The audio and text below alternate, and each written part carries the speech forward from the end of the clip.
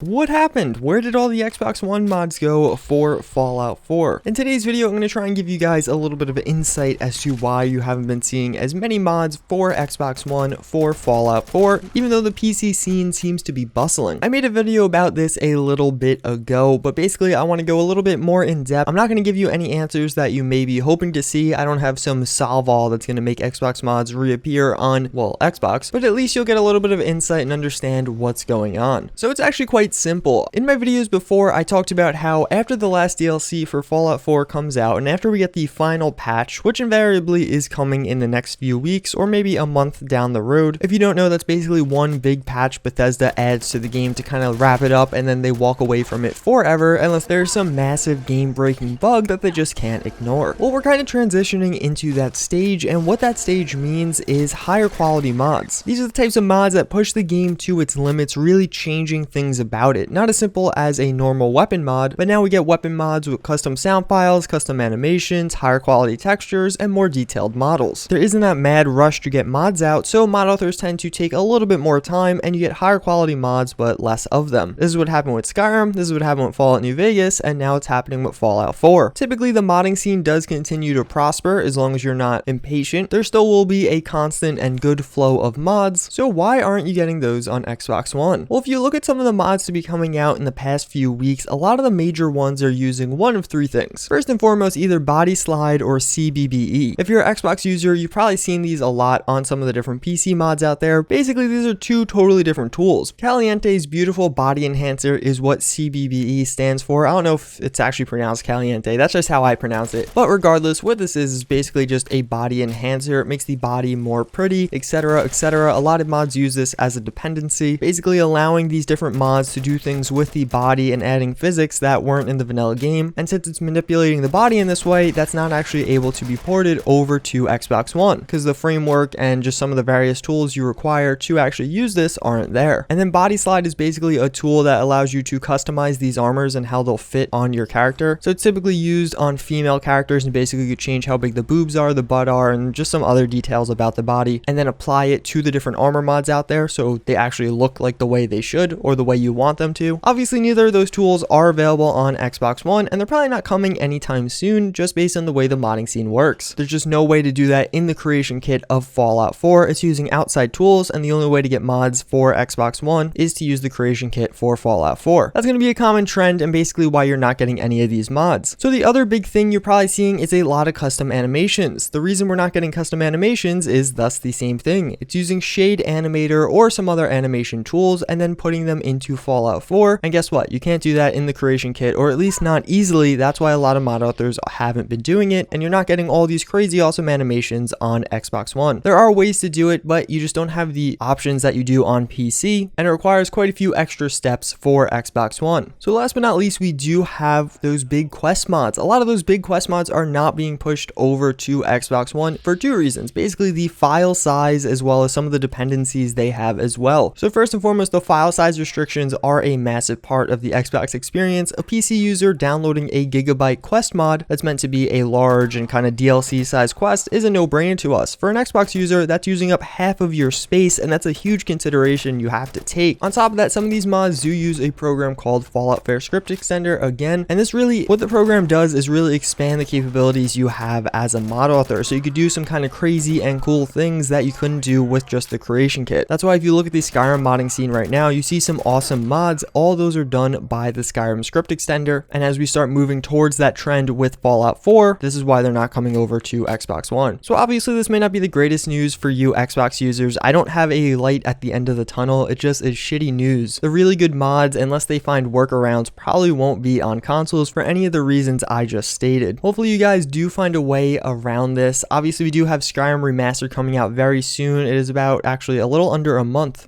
from yesterday. So I'm going to start coverage on that, and the modding scene for that should be massive, so look forward to that content. Otherwise, I'll continue to cover mods that come out on Xbox One, although they may not be up to the fidelity of the ones on PC. As always, I thank you guys for watching. I do hope you enjoyed, and I hope to see you all next time. Later.